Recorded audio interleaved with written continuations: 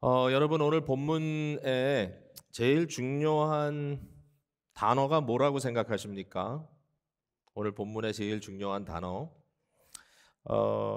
떠오르는 단어들이 있을 거예요. 근데 저는 오늘 본문 또 그 계속 뒤에 이어서 나오는 그 내용 중에 가장 자주 등장하는 단어를 선택하면 아마 크게 틀리지 않을 것 같아요. 이제 그 단어는 영광이라고 하는 단어입니다. 영광.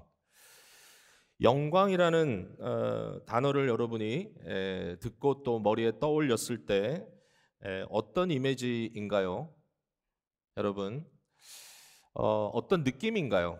네, 영광이라는 단어가 좀 무겁게 느껴집니까? 아니면 가볍게 느껴집니까? 심각하게 느껴지나요? 아니면 좀 덜 심각하게 좀 라이트하게 느껴지나요? 아마 여러분이 저와 비슷하지 않을까 생각하는데요. 저는 영광이란 단어가 굉장히 좀 심각하고 무겁게 느껴집니다. 영광이란 말 자체가. 사실 이 영광이라는 것이 되게 중요한 것 같아요. 이 단어를 이해하는 것이. 그래서 제가 좀 고민을 해봤어요. 어떻게 하면 이 영광이라는 단어를 좀 더 피부에 닿게 느낄 수 있을까라고 생각을 해봤더니 그 성경에 이 영광이라는 말과 함께 짝을 이뤄 나오는 단어가 있어요. 바로 존귀 또는 명예라는 단어입니다. 그래서 영어로는 glory and honor, honor and glory. 존귀와 영광을 주께 올려드립니다. 이런 찬양이 이제 계시록에도 나오고 우리가 찬양하죠. 그 두 개의 어떤 이 단어의 의미가 크게 이렇게 벌어진 건 아니고요. 상당히 흡사한 단어인데요. 그냥 느낌에 하나는 좀더 외향적이라면 하나는 좀 더 내향적이다. 뭐 그런 좀 차이는 느껴집니다만은 어쨌든 우리가 영광이라는 말의 의미를 이해하는데 우리에게는 명예라는 단어가 상당히 도움이 되는 것 같아요. 동양인들은 동양적인 마음, 성경도 크게 다르지 않습니다만은 이 명예와 수치라고 하는 이 패러다임에서 많은 걸 생각하거든요. 여러분 어떨 때 여러분에게 명예가 주어지는 것 같고 오늘 명예로운 것 같고 어떨 때 여러분이 좀 뭔가 이렇게 좀 수치를 느끼시나요? 아니면 좀 이렇게 쭈그러지는 듯한 느낌인가요? 언제 여러분의 얼굴에 빛이 나나요? 언제 여러분의 얼굴에 좀 어두움이 드려질까요? 그러니까 이걸 생각해 보면 그렇게 어렵진 않아요. 왜냐하면 일반적으로 이런 경험들이 우리에게 흔하게 있기 때문에 그래요. 아주 일반적인 얘기예요. 우리가 비즈니스를 하는 분이라면 사업이 막 왕성하게 잘 되고 옆에 가게는 이렇게 쭈그러지는데 우리 가게가 막 왕왕거리면 왠지 몰라도 우리 얼굴에 빛이 날 수 있습니다. 예, 일반적인 얘기입니다. 반면에 좀 사업이 기울어지는 것 같고 정말 굉장히 막다른 골목으로 가는 것 같고 빛을 지고 거기에 쫓기는 듯한 느낌이 자꾸 주어질 때는 뭔지 몰라도 뭐 뭔지 모르는 게 아니라 당연하죠. 굉장히 어두워지고 좀 초라해 보이겠죠. 어, 뭐 자녀들에 대한 교육열이 대단하니까요. 우리 아이들이 누가 들어도 거기 명문대학인데 이런 대학교에 입학 허가를 받게 되면 뭔지 몰라도 얼굴에 빛이 나죠. 내가 꼭 하고 싶고 가고 싶은 곳인데 리젝션 레터리 날아오면 뭔지 몰라도 얼굴에 그림자가 들여질 수밖에 없을 겁니다. 너무 당연합니다. 그러니까 그런 의미에서 여러분들이 이 영광이라는 개념을 생각해도 좋습니다. 예. 무엇이 나를 영화롭게 하는가라는 게 이제 중요한 주제이긴 한데 일단 영광이라는 걸 이해하기 위해서 영광은 성경에 나오는 가장 대표적인 이미지는 뭐냐면 빛입니다. 빛과 어둠 할 때 빛. 하나님의 거대한 임재 속에 그 임재로부터 비춰져 나오는 눈부셔서 도저히 바라볼 수 없는 빛. 이것을 하나님의 영광이라고 얘기를 하고요. 그 영광을 바라보는 사람에게는 꼭 어떤 임팩트가 있죠. 영향이 있습니다. 그래서 그 영광을 보았을 때 그 영화로움을 인정할 수밖에 없고요. 일단은 그리고 그 영화로움에 대한 감정적인 반응이 나올 수밖에 없습니다. 마음이 밝아지고 기뻐집니다. 물론 두렵기도 하지만요. 하나님의 영광을 우리가 본다면 영광이 중요합니까? 우리에게 중요한 개념인가요? 이거 되게 중요합니다. 왜냐하면은 우리가 신앙 고백으로 고백하는 웨스민스터 신앙 고백서 그것을 이제 교육 재료로 만들어 놓은 것이 이제 소요리 문답, 대유리 문답인데 이 소요리 문답의 백미가 뭐냐면 1번 질문입니다. 1번 질문과 답. 항상 하는 얘기니까요. 인간의 최고, 제일 중요한 가장 중요한 목적이 무엇이냐? What is the chief? 최고의 end of man, 목적이 뭐냐라고 했을 때 거기에 대한 답은 하나님을 영화롭게 하고 그로 인하여 즐거워하는 것이다 라고 써 있습니다. 거기 영화롭게 한다는 말은 glorify, 하나님께 영광을 돌린다. 이걸 좀 풀어서 얘기하면 우리가 하나님을 영화롭게 하는 것은 하나님을 하나님으로 인정하는 거죠. 하나님은 영화로운 분이시니까요. 하나님 창조주시오, 구원자시오, 모든 만물의 주제가 되시는 주님을 인정합니다. 주님의 위대하고 아름다운 모든 속성을 인정합니다.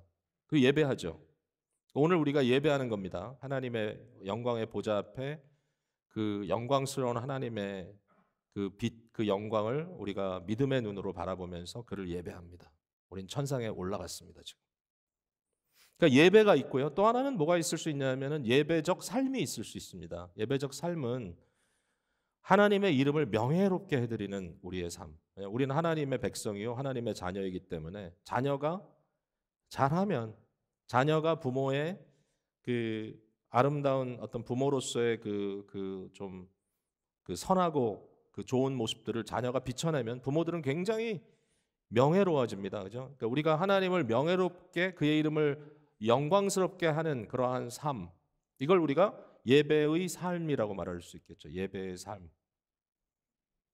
그러니까 예배라고 하는 그 예배의 드려짐뿐만 아니라 예배의 삶으로 말할 수 있는 6일간의 우리의 데일리 라이프. 그러니까 결국 7일이 다 포함되죠. 우리의 삶 전체가 다 하나님의 영광스러움을 드러내고 그게 어떤 결과를 나오죠? 그로 인하여 우리는 즐거워진다. 그러니까 우리가 하나님을 영화롭게 하면, 하나님이 영광된 것이 보이게 되면 우리는 그것에 어떤 반응으로서 뿌듯함과 기쁨을 느낄 수밖에 없다. 이거 너무 당연한 거거든요. 이건 이제 연계성인데요. 이것도 우리가 복잡하지가 않아요. 예를 들면 이런 겁니다. 여러분 지금 올림픽 막 하고 있잖아요. 관심이 예전 같지는 않은 것 같은데 어쨌든 겨울 올림픽을 하는데 누가 금메달을 땄다, 누가 은메달을 땄다 그러면 여러분 좋으신가요? 언제 여러분 기쁘죠? 답을 안 하시는 거는 너무 당연하니까 그렇죠. 우리가 미국에 살지만 여전히 한국 사람인 것 같아요. 미국 사람이 금메달 딴 거 별로 모르죠, 여러분. 근데 한국 사람이 금메달 땄다, 뭐 황아무개가 금메달 땄다 그러면 다 알아요, 벌써. 왜? 너무 원했던 거니까. 그럼 기뻐요. 그 사람의 얼굴에 빛이 나는 것, 그 사람이 영화롭게 되는 것과 나와 무슨 상관이 있나요? 근데 그 사람의 영광이 나에게는 기쁨이 돼요. 저는 최근에 클로이 킴이라고 하는 완전히 이 토종 코리안인데, 코리안 아메리칸이죠. 저 캘리포니아 토렌스에서 성장한 21살 난 청년이 스노우볼딩에서 금메달 또 땄습니다. 4년 전에 따고 또 땄어요. 4년이 아닌가요? 얼마?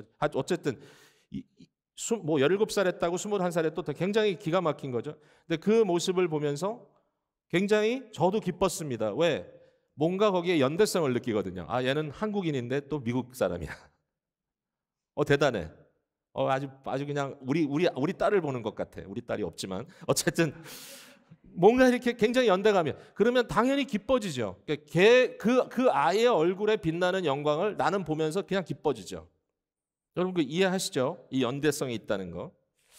자, 오늘 슈퍼볼이 끝나면 누구 얼굴에 기쁨이 있을까요?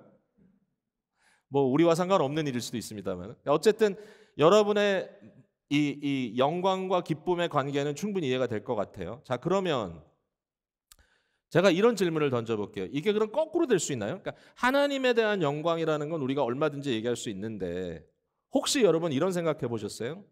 하나님께서 우리를 영화롭게 하고 우리가 영화롭게 되는 것을 보시는 하나님이 우리를 인정하고 우리 때문에 기뻐하신다. 여러분 그거 생각해 보셨어요? 네? 우리가 하나님으로 인하여 하나님을 영화롭게 하고 그로 인하여 기뻐하는 것이 우리 인생의 목적이라면 하나님의 구원 사역의 목적이 그의 자녀된 저와 여러분으로 하여금 영화롭게 하고 우리로 인하여 하나님이 기뻐하기 위함이라는 생각해 보셨어요? 근데 그게 맞아요. 왜냐하면 구원의 서정을 보면요, 구원의 이렇게 순서를 보면 맨 마지막에 나타나는 순서가 영화입니다. glorification. 누구가 영화되는 건가요? 하나님이? 아니요. 저와 여러분이 하나님의 영화롭게 하심에 따라 영광을 입게 되는 것입니다. 우리가 영광스러운 존재로 감히 어느 누구도 쉽게 지나칠 수 없는, C.S. 루이스의 말에 의하면 만약 우리가 진정 우리의 목적지인 그 영광의 자리에 간다면 내 옆에 있는 이 사람이 별 볼 일 없는 사람이라고 내가 평생 생각하고 살았는지 모르지만 그 순간에 내가 그 사람을 본다면 그 앞에 머리를 조아려 경배할 수밖에 없을 만큼 영광스러운 영광이 우리를 기다리고 있다. 근데 그 영화로움을 하나님께서 우리에게 주실 뿐만 아니라 그 영화로움을 보시는 하나님이 우리를 인정하고 우리를 기뻐하신다. 여러분 그렇게 생각해 보셨어요? 근데 그건 맞아요. 굉장히 성경적인 관계입니다. 오늘의 본문 속에 이제 그런 얘기가 등장을 하는 겁니다. 영광이라는 것에 대해서. 사실은 읽은 본문은 아니고요. 오늘 본 12장 43절에 보면 그 내용이 좀 등장을 하는데요. 오늘 요절로 제가 잡기도 했습니다. 그들은 사람의 영광을 하나님의 영광보다 더 사랑하였더라. 이게 지금 무슨 얘기냐? 여기 사람의 영광과 하나님의 영광이 구분되어 있고 어느 영광을 더 사랑했느냐라는 질문이 나오는데 요거를 제가 좀 더 풀어보면 사람의 영광은 뭐냐면 사람으로부터 오는 영광, 이것을 사람의 영광이라고 표현하고 있고 하나님의 영광은 하나님으로부터 오는 영광.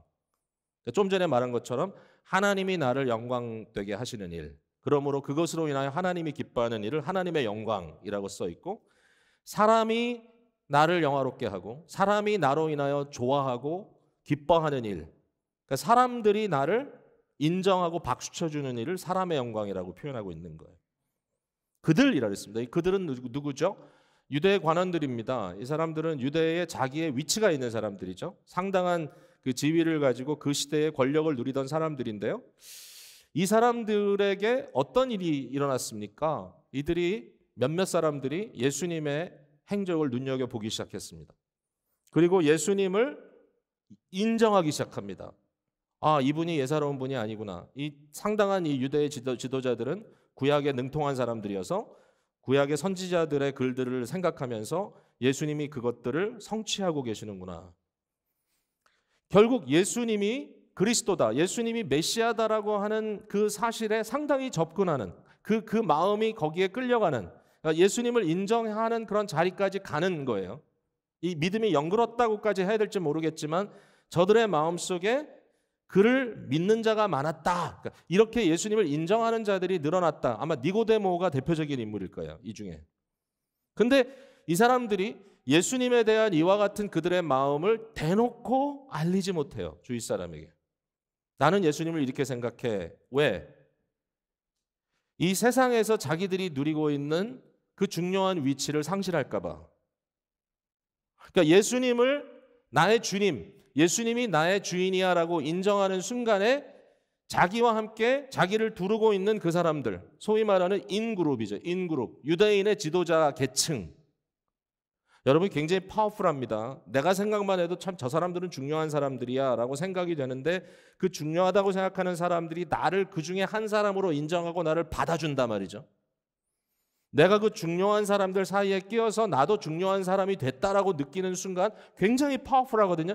그것을 상실할 수 있다라고 하는 두려움 때문에 예수를 인정하지 못합니다, 공개적으로. 여러분 이런 경우가 있나요?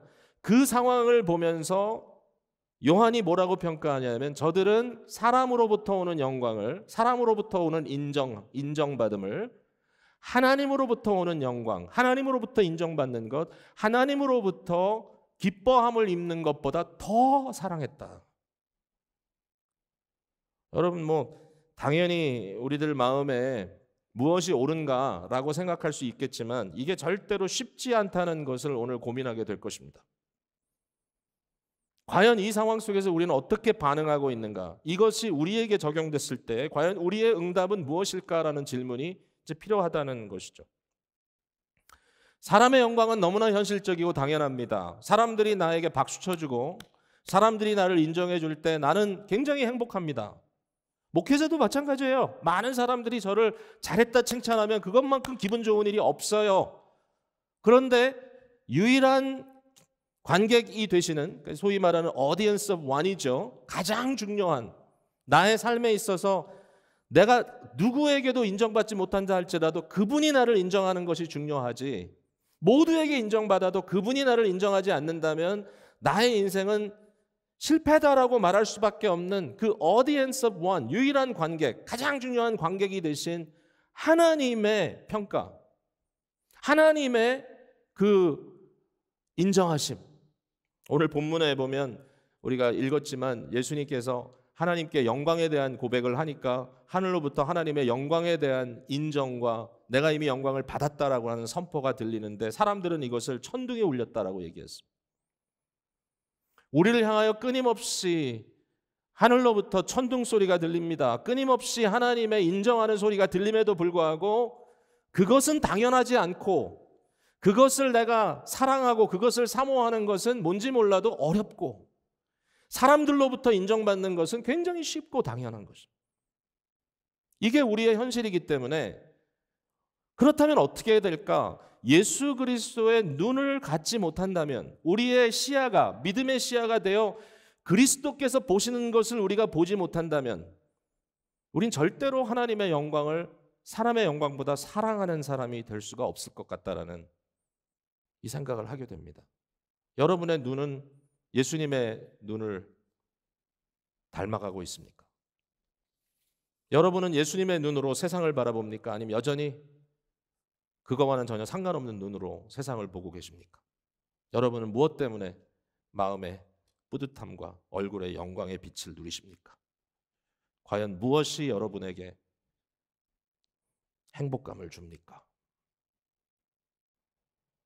자, 예수님의 눈은 어떤 눈이었을까요?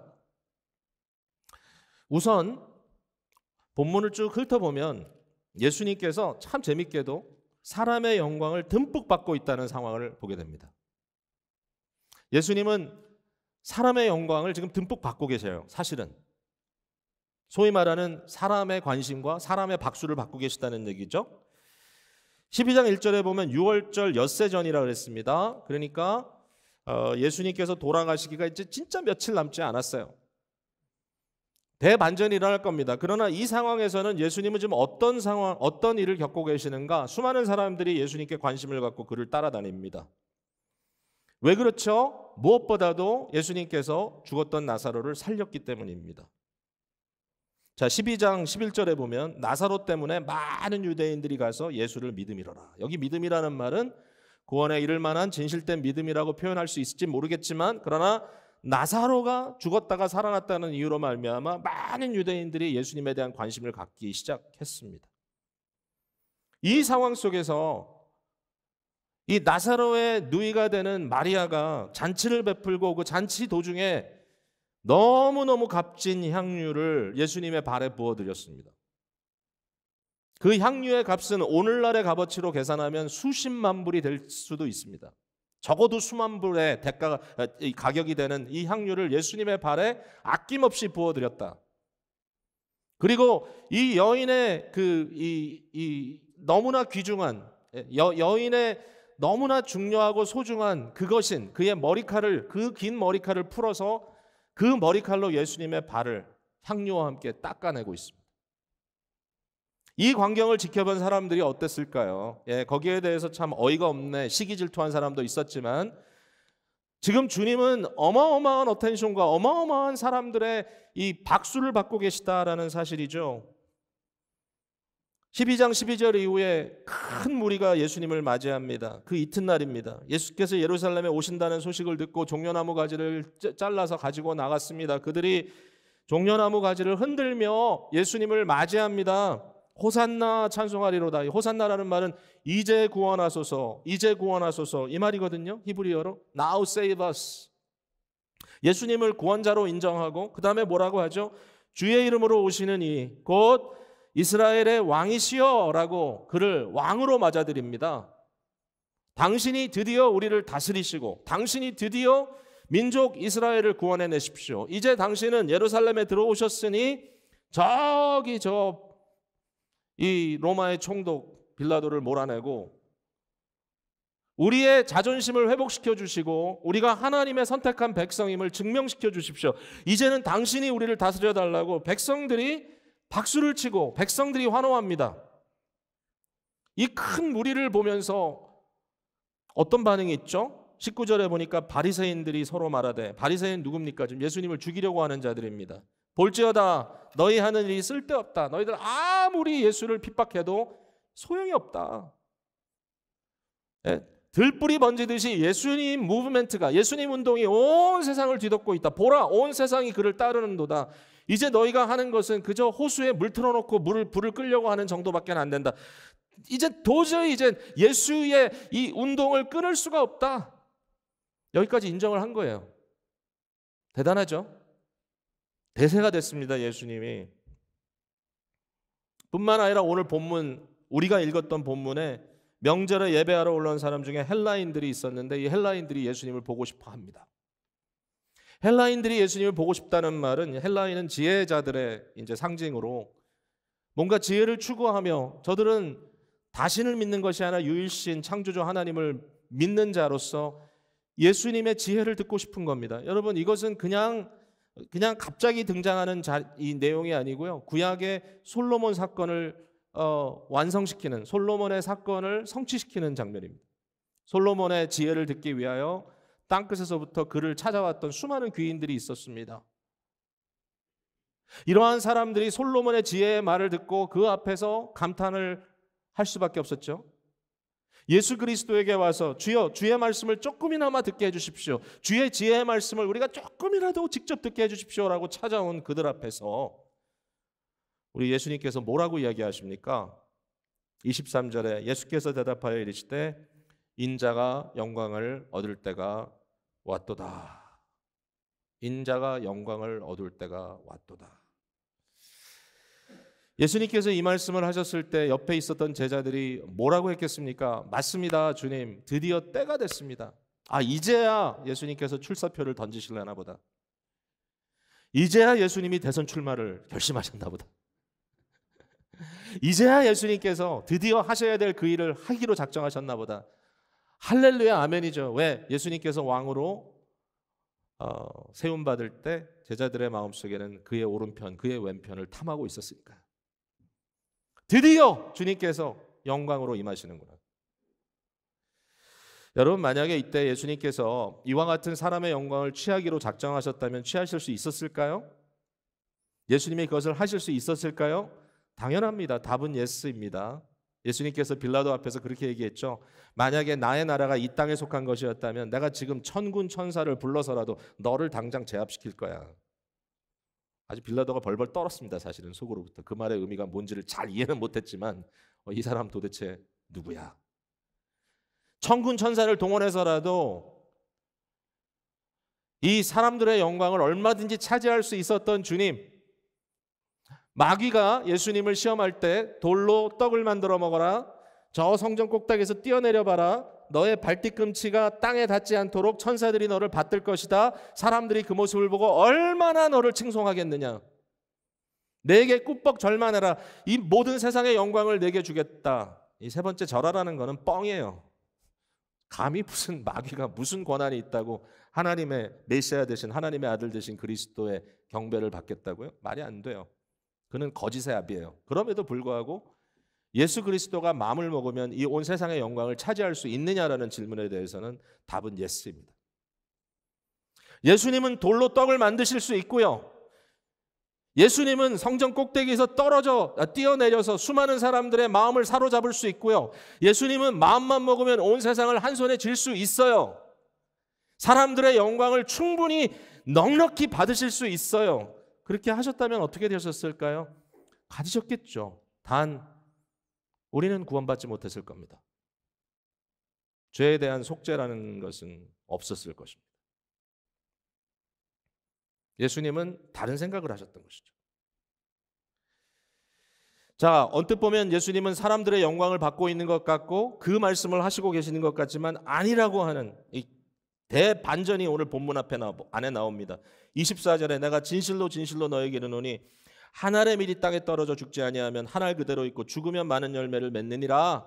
여러분, 너무 많이 아시고 인용하는 구절이죠. 한 알의 밀이 땅에 떨어져 죽지 아니하면 이게 죽지 아니하면 그대로 있을 뿐이지만 죽으면 많은 열매를 맺는다. 여러분, 이게 신기합니까? 이게 대단합니까? 언뜻 보면 너무 당연한 거 아닙니까? 자연의 법칙입니다. 하나님께서 온 세상을 창조하실 때 그 창조의 원리대로 하나의 씨앗이 땅에 떨어져 썩을 때 거기서부터 줄기가 나고 거기서부터 열매가 맺혀지는 것 너무 당연한데도 불구하고 이것을 우리에게 적용하는 데는 우리는 너무나 인색하죠. 왜 그럴까요? 뒤틀렸습니다. 창조의 경륜, 그 창조의 영광을 덧입은 저와 여러분이 하나님의 생각, 하나님의 원리대로 생각하는 것이 뒤틀려 버렸기 때문에 하나님 중심적인 세계가 아니라 나 중심적인 세계 속에서 이런 일은 벌어지지 않습니다. 내가 죽으면 죽는 거지. 내가 망하면 망하는 거지. 내가 망함으로 다른 사람이 잘 되는 걸 내가 원치 않습니다. 뒤틀려 버린 세상, 경작하고 씨를 뿌려도 가시나무와 엉겅퀴를 내는 세상에 우린 살고 있기 때문에 make sense 안 하지만 그러나 이건 당연한 겁니다. 하나님의 방법입니다. 자기의 생명을 사랑하는 자는 잃어버릴 것이요 이 세상에서 자기의 생명을 미워하는 자는 영생하도록 보전하리라. 여러분 오해하지 마세요. 여기에 사랑한다, 미워한다는 것은 상대적인 표현이 절대적인 표현이 아닙니다. 여러분의 생명을 잘 보존해야 되고요. 여러분 잘 건강히 지켜야 됩니다. 여기 도대체 무슨 말일까? 여기에 내 생명을 사랑한다는 말은 자기 집착입니다. 꽁꽁 싸매서 자기의 생명을 보존하는 데만 자기의 모든 관심이 다 집중돼 있으므로 이리 보나 저리 보나 저 사람은 자기밖에 모른다라고 얘기할 수밖에 없는 상황을 얘기합니다. 반면에 자기를 미워한다는 말은 자기 생명을 소모한다는 뜻입니다. 자기의 생명을 내어놓을 수 있는, 사용할 수 있는 생명, 시간, 에너지, 나의 모든 것들을 쏟아붓고 섬길 수 있는 마음을 가진 것을 말하는 것이죠. 미워한다는 말은 굉장히 긍정적인 의미로 쓰여지고 있습니다. 사실은 아이러니하게도 이것은 사랑과 연결되어 있습니다. 내가 어떤 대상을 사랑한다면, 내가 그 무엇을 사랑한다면 우리는 우리의 생명을 아끼지 않습니다. 부모가 그렇게 하죠. 내 자식이 정말 먹을 것이 없어 굶어 죽어간다면 부모는 자기의 살을 찢어서라도 그 아이를 먹일 겁니다. 막 차가 오가는 찻길 중간에 내 아들이 중간에 서가지고 오도 가지 못하고 거기서 엉엉 울면서 아빠 아빠 부르고 있다면 어느 아빠가 길가에 서가지고 발만 동동 구르고 있겠습니까? 옆에 차가 달려든다 할지라도 나는 그거 아량곳 없이 그 아들을 향하여 대시해서 나갑니다. 내가 생명을 잃는다 할지라도 그 아이의 생명을 구하기 위해서. 그게 바로 나의 생명을 미워하는 행위입니다. 나의 생명을 들여서라도 내게 너무나 소중한 저 대상을 구해야 되겠다. 주님께서 말씀하시는 거예요. 너의 인생이 그와 같은 소명, 그와 같은 부르심에 대한 확신을 갖고 살아간다면 너무 복된 일이다. 여기 보니까 영생하도록 보전한다. 영생을 얻는다. 하나님께서 우리에게 주신 우리의 영적 삶의 원리는 내 자신에 집착하고 나를 어떻게 해서든지 편안하게 그냥 가만히 간직하는 가운데 그저 조금도 손해보지 않고 내가 나중에 그냥 남들보다 떡 하나 더 들고 있는 게 이기는 거야 라고 생각하는 건 우리의 신앙의 원리가 전혀 아닙니다. 우리의 신앙의 원리는 이 세상에서 우리에게 주어진 삶을 마음껏 소모하는 겁니다. 마음껏 사용하는 겁니다. 왜? 영생이 약속되어 있기 때문에. 예수님이 이렇게 말씀하시는 겁니다. 그러면서 하시는 말씀이 사람이 이처럼 나를 섬기려면 나를 따르라는 거예요. 인자가 영광을 얻을 때가 왔다. 도대체 그 영광이 뭐죠? 하늘의 밀이 땅에 떨어져 썩어야 된다. 이런 말씀하셨죠. 모세가 광야에서 구리뱀을 든 것처럼 인자도 들려야 하리니 내가 들리면 모든 사람을 내게로 이끌겠노라. 오늘 본문에도 나오죠. 내가 들리면, 이 들린다는 게 무슨 말이냐? 요한은 알았습니다. 어떠한 죽음으로 죽으실 것을 말씀하시는 것이다. 너희가 나를 섬기려면 나를 따라라. 내 눈으로 세상을 봐라. 내 마음으로 세상을 대해라. 나를 따라라. 그리하면 어떤 일이 벌어진다고요? 26절 끝에 보세요. 사람이 나를 섬기면 내 아버지께서 그를 귀히 여기시리라. 이게 뭡니까? 아버지께서 우리에게 영광을 주시겠다는 말입니다. 하나님이 너를 인정하겠다. 하나님이 너로 인하여 기뻐하겠다. 하나님이 너를 귀히 여기겠다. 왜? 예수 그리스도의 심정으로, 예수 그리스도의 눈으로 바라보기 때문에. 여러분 너무 귀하고 당연한데 이게 참 어렵죠. 여러분 정말 하나님의 칭찬과 하나님의 인정을 받기 위해서 여러분은 자신의 삶을 릴리스합니까?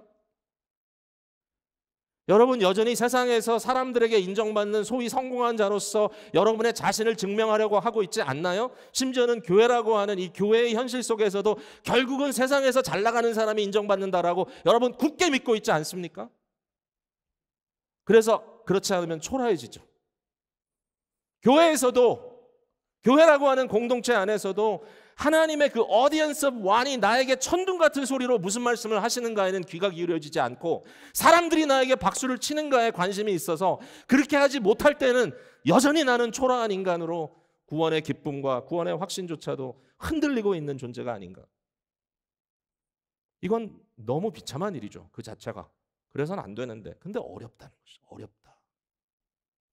여러분 우리 주님도 어려워하셨습니다. 27절에 집중해 봐야 됩니다. 지금 내 마음이 괴로우니 무슨 말을 하리요. 아버지여 나를 구원하여 이때를 면하게 하여 주옵소서. 그러나 내가 이를 위하여 이때에 왔나이다. 여러분 대단한 말씀이죠. 이 구절이 여기 있는 게 참 우리에겐 너무 큰 도움이 됩니다. 왜냐하면 이게 바로 요한복음 안에 들어있는 겟세마네 사건입니다. 겟세마네 사건. 요한복음에는 겟세마네에서 예수님께서 아버지여 이 잔을 내게 물려주시면 좋겠습니다. 그러나 내 뜻대로 마시고 아버지 뜻대로 하십시오. 이런 기도가 안 나와요. 요한복음에는. 그러니까 겟세마네 어떤 동산의 제자들과 있었다는 얘기만 나오지 그 기도가 안 나와. 그 기도가 요 한 절로 정리돼서 딱 여기 들어가 있어요. 무슨 기도입니까? 괴롭다는 것입니다. 어렵다는 것입니다. 여러분 사람의 영광을 얻는 것은 너무 당연하고 쉽지만 그것을 선택하는 것은 너무 재빠르게 우리가 할 수 있지만 그러나 하나님의 영광에 우리의 마음을 집중시키는 것 하나님이 나에게 뭐라고 하시는지 거기에 귀를 기울이는 일은 쉽지 않다. 쉽지 않다. 정말 어렵다. 저는 지난 한 주 동안 이걸 가지고 굉장히 씨름을 했거든요. 그냥 말씀만 갖고 씨름한 게 아니라 저의 실존적인 삶 속에서 어떤 그러한 상황에 대해서 깊이 고민하기 시작했어요. 이게 사람의 칭찬이냐 하나님의 칭찬이냐.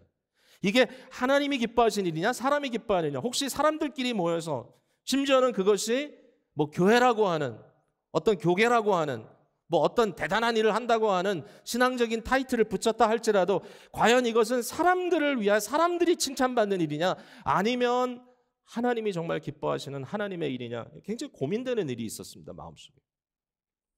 과연 나는 이 순간에 무엇을 선택해야 될 것인가? 괴롭고 힘들죠. 쉽지 않습니다. 여러분의 삶 속에도 어렵습니다. 이게 뭐냐면 바로 소명입니다. 예수님은 그러나 내가 이를 위하여 이때에 왔다. 내가 바로 이것을 위하여 보냄을 받았다. 소명이죠. 소명, calling. 소명에는 뭐가 따라옵니까? 헌신이 따라옵니다. 헌신에는 뭐가 따라옵니까? 희생이 따라옵니다. 소명, 헌신, 희생의 패러다임이 성도의 삶이고 그리스도의 삶인데 오늘날 오늘 세대를 보고 이런 패러다임은 더 이상 존재하지 않는다고 얘기합니다. 오늘의 패러다임은 소명의 패러다임이 아니고 기회의 패러다임입니다. 내가 어떤 기회를 포착할까? 내가 어떻게 기회를 포착함으로 그것으로 인하여 누릴 수 있을까? 내가 어떻게 하면 이것을 얻을 수 있을까? 요새는요. 교회에서 교회 어떤 사역을 얘기할 때도 기회 얘기를 더 많이 합니다. 좀 죄송하지만 어떤 교계 또는 선교의 사역을 위해서 우리가 모금을 해야 된다라고 하는 과제가 주어졌을 때 더 이상 사람들에게 희생을 요구하고 사람들에게 드림을 요구하는 것보다 이제는 기회를 말합니다. 어떻게 하면은 성공한 기업자들을 찾아가서 그들에게는 그 돈, 그 내놓는 돈이 우리에게는 엄청난 목돈이지만 그들에게는 그냥 텍스 적게 내는 하나의 수단으로 쓸 수 있는 충분히 가능한 기회이다. 당신 이건 기회입니다라고 얘기를 할 때 그거 이것도 좋고 저것도 좋고 내가 그거 하겠다. 나쁜 건 아니에요. 절대로 우리가 지혜롭게 하는 거 귀하죠. 그러나 시대적인 개념이 더 이상 11조의 개념이 통합니까 여러분? 여러분 자녀들 지금 대학교 갓 졸업하고 엄청난 월급을 받으면서 그냥 일을 하고 있는 그들에게 11조의 개념이 통하든가요? 여러분 지금 자녀들에게 여러분 자신에게 나에게 주어진 인컴에 마치 텍스를 떼어내듯이 엄청난 금액을 떼어내서 주의 일을 위해 쓰겠다. 그게 통하던가요? 여러분 이제 팬데믹이 지나면서 어떤 현상이 벌어질까요? 조금만 불편함이 있으면 온라인 예배 드릴 겁니다. 더 이상 우리가 힘들게 찾아갈 필요가 없는 시대가 됐다. 모든 것이 상당히 편해졌습니다. 편한 건 편하게 하면 되죠. 그게 도리어 더 우리에게 효율적이고 안전하다면. 그러나 동시에 우리 마음속에 고민이 생기는 것은 뭐냐면 그것이 노음이 돼버렸다. 더 이상 소명, 헌신, 희생의 개념이 아니라 이제는 기회, 누림, 편안함. 이 패러다임 속에 더 이상 하나님의 음성을 들을 필요조차 없어진 시대에 살고 있지 않는가? We figure it out, 우리 머리로. 예전에도 얘기했지만 이제는 선교, 그러면 선교에 자기 자신의 삶을 뭐 10년씩, 20년씩 인생을 들인 일은 거의 없다 이제는. 그냥 좀 여유 있는 베케이션 플랜을 갖고 있는 분들이 의미 있게 복음도 안 하고 뭐 얼마든지 이 정도 돈이야 베케이션 가는 마음으로 아주 편안하게 그냥 다녀올 수 있는 것도 굉장히 하이 프로파일 워크만 찾아가지고 가서 힘들고 어려운 게 아니라 그냥 한번 의미를 느낄 수 올 수 있는 기회를 찾아서 가겠다. 그래서 선교회들도 요새 그런 기회를 만들어 주려고 애를 많이 쓰고 있어요. 왜냐하면 사람들이 마음들이 거기가 있기 때문에 굉장히 보람을 느끼고 아주 뿌듯하고 나 어디 갔다 왔어? 무슨 일 했어? 근데 실제적으로 그들의 삶 속에 그것이 헌신된 일인가? 그것이 희생으로 다가오는가? 아니면 누림인가? 고민해야 되는 문제들이 많아졌어요. 예수님이 그 고민을 하신 거예요. 그때 예수님 그 고민을 하신 거예요. 이 고민이 우리에게 있습니다. 오늘 설교 내용은 이 고민을 앞으로 어떻게 우리가 감당하고 이제 잘 할 것인가. 근데 결국 그 답은 예수님의 눈으로 봐야 되는 것밖에 없어요. 모든 걸. 그 말씀을 맺을게요. 우리가 읽지는 않았어요. 근데 28절 이후에 사도 요한이 이사야의 말씀을 인용하거든요. 그 이사야의 말씀을 인용하는데 41절에 보면 이런 결론을 내려요. 이사야가 이렇게 말한 것은 주의 영광을 보고 주를 가리켜 말한 것이다 그랬어요. 그러니까 이사야는 예수님 이전에 수백 년 전 사람이잖아요. 근데 이미 예수님의 영광을 봤다는 거예요. 예수님이 어떤 영광을 추구할 건지를. 이사야가 미리 봤대요. 그리고 주에 대해서 얘기했다는 거예요. 예수님에 대해서. 우리는 역사적으로 이 땅에 오신 2000년 전에 오신 그리스도를 기록을 통해서 보죠. 또 그 기록의 말씀이 우리에게 성령의 은혜로 다가올 때 예수님 믿어지죠. 근데 이사야는 아무런 기록이 없었어요. 이런 것. 그는 도리어 이것을 기록한 사람 중에 하나예요. 구약에서 예언으로. 근데 예수님을 미리 봤어요. 뭘 봤느냐? 여기에 요한 사도가 인용하는 구절이 두 구절인데 하나는 이사야 53장입니다. 이사야 53장이 뭐죠? 여러분 유명한 구절이죠. 고난의 종, 고난받는 종에 대한 것입니다. 아니 예수님은 희년의 주님이시오. 이 땅에 오셔서 억눌리고 상하고 찢긴 자들을 구원해내시고 진정 왕의 왕으로서 정사를 메시고 이 땅에서 군림하실 분이 아니었나? 갑자기 이사야 53장에 메시아에 대한 예언이 고난의 종에 대한 예언으로 너무나 강렬하게 우리에게 나타납니다. 한 구절만 제가 읽어볼게요. 그냥 여러분 다 아시는 거예요. 그가 찔림은 우리의 허물 때문이요 그가 상함은 우리의 죄악 때문이라 그가 징계를 받음으로 우리는 평화를 누리고 그가 채찍에 맞음으로 우리는 나음을 받았도다. 현세 속에 들어오신 예수 그리스도는 군림하는 분으로 오신 게 아니라 고난의 주로 오셨고 그 고난을 통하여 어떤 일이 벌어졌어요? 우리가 구원을 받았다. 예수 그리스도의 고난에 참여함이 우리에게는 생명이다. 그가 생명을 주심으로 우리는 생명을 얻었다. 이 패러다임을 본 거죠. 예, 주의 영광은 뭐냐? 주의 영광은 자기 자신을 하나의 썩는 미랄로 내어주시는 영광이고 자기의 생명을 사랑하는 대상을 위하여 쏟아 부어내시고 허비해 주시는 그러한 생명이다. 주의 영광은 이런 거였구나. 자, 두 번째 이사야에 인용된 구절은 이사야 6장입니다. 이사야 6장에 어떤 부분을 인용했냐면은 그들의 눈을 멀게 하시고 그들의 마음을 완고하게 하셨으니 이는 그들로 하여금 눈으로 보고 마음으로 깨닫고 돌이켜 내게 고침을 받지 못하게 하려 함이라. 이것도 설명하자면 좀 복잡하지만 한마디로 얘기하면 사람들이 들어도 듣지 못하고 봐도 보지 못한다는 거예요. 다시 말해서 하나님의 눈, 그리스도의 눈, 여기서 이사야가 주의 영광을 봤다라고 하는 그 눈이 그들에게는 주어지지 않았는데 놀랍게도 이사야는 그걸 보는 거예요. 이사야 6장 1절이 뭡니까? 우시야가 죽던 그 해에 이사야가 성전에 들어가 기도합니다. 근데 성전에서 환상이 등장합니다. 뭐죠? 높이 들린 하나님의 보좌가 보이고 그 유명한 장면이죠. 그의 옷자락이 온 성전을 가득 채웁니다. 여러분 너무 중요합니다. 하나님의 옷자락이 우시야가 죽던 해에 모든 이스라엘 백성들이 패닉에 빠져 있고 이 세상은 너무나 불안한 가운데 우리에게 도대체 누가 우리를 구원할까라고 고민하는 그때에 혼란과 환란과 고난 속에 갈피를 잡을 수 없는 그 순간에 이사야는 하나님의 보좌를 보았고 여전히 다스리시는 그분으로부터 그의 영광의 옷자락이 온 세상을 휩쓸고 있다. 무슨 소리가 들리죠? 하늘로부터 천군 천사들의 찬양 소리가 들립니다. 거룩하다 거룩하다 거룩하다 만군의 여호와여, 온 땅이 여호와의 영광으로 가득하도다. 땅에 무슨 하나님의 영광이 가득해요? 여러분이 보는 땅에 하나님의 영광이 보이나요? 보일 수 있다면 믿음이요, 보일 수 있다면 예수 그리스도의 눈입니다. 그게 보여야 되는 거죠. 이 난리 속에 온 땅에 충만한 하나님의 영광이 이사야의 눈에 보이기 시작합니다. 그때 하나님이 뭐라 그러십니까? 누가 나를 위하여 갈고? 이사야가 말하기를 주여 내가 그 소명을 받아들이겠습니다. 내가 주님의 소명을 받아들이겠습니다. 내가 가겠습니다. 여러분, 이 소명을 지닌 사람이, 이 눈을 가진 사람이 아니면 도저히 그 일을 감당할 수가 없어요. 여러분, 우리 교회에서 임직자 세울 때도요, 임직을 딱 하는 그 임직 서약을 할 때 첫 번째 서약 내용 여러분 아시죠? 당신은 지금 당신이 임직 받으심이 사람에게부터 온 것이 아니라 하나님께서 주시는 소명의 부르심인 것을 믿습니까? 제가 조금 말을 좀 이렇게 제 나름대로 했지만 그 의미거든요. 이걸 당신이 하나님의 소명으로 받습니까? 그러면 첫 번째 그 질문에 네라고 답을 해야 돼요. 근데 마음 한구석에는 뭐죠? 내가 인기가 좋아 사람들이 나 뽑아준 거지 뭐. 하나님의 칭찬으로 받지 않고 사람의 칭찬으로 받습니다. 그랬다가 무슨 문제 생기죠? 좀 시간이 지나다 보면 눅눅해지고 나도 외로워지고 나도 힘들어지고 그럼 어떡하나요? 시들시들해져 버립니까? 그럼 그래서는 안 됩니다. 내가 외롭고 내가 쓸쓸할 때 나는 소명자이기 때문에 나보다 더 외롭고 쓸쓸한 사람을 찾아가는 것이 소명입니다. 내게 맡겨주신 주의 일이기 때문에. 여러분 언젠가 어느 순간에 여러분에게 그런 소명이 임했을 겁니다. 그걸 봐야 돼요. 여기에 하나님의 영광이 임하는구나.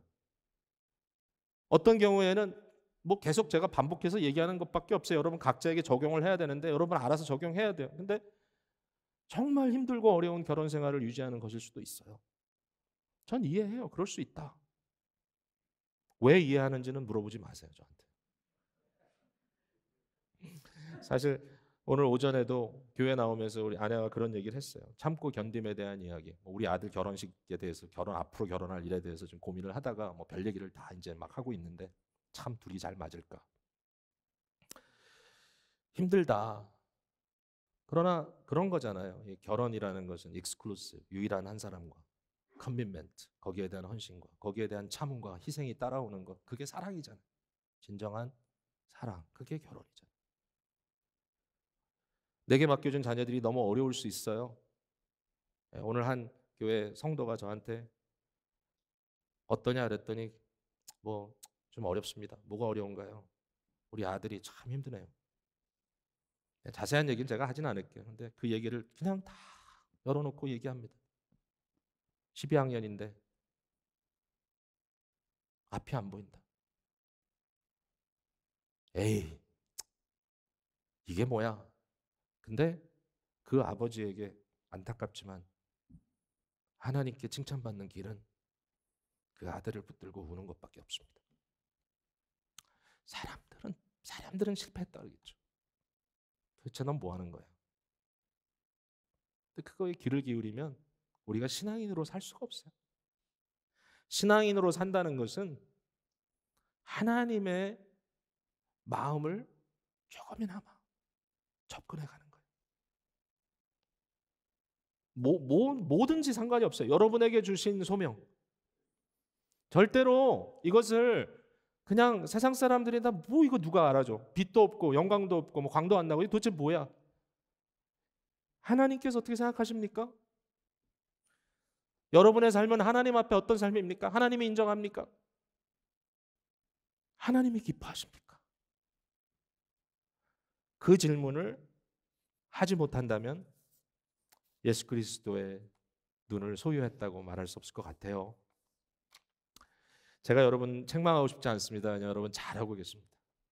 여러분의 고민과 여러분이 수고하면서 막 번민하면서 잘하려고 하나님께 영광 돌리려고 여러분의 삶을 어떻게 해서든지 신앙적으로 답을 도출해내려고 애쓰는 여러분의 그 모습 인정합니다. 그리고 여러분을 축복합니다. 함께 믿음의 형제 자매 된 자로서 제가 그 고난이 어렵다는 것도 인정하고 저에게 주어진 것들도 하나님의 그 기쁨과 하나님의 인정을 바라볼 수 있는 그런 눈을 얻기 위하여 저도 노력하면서 같이 가겠습니다.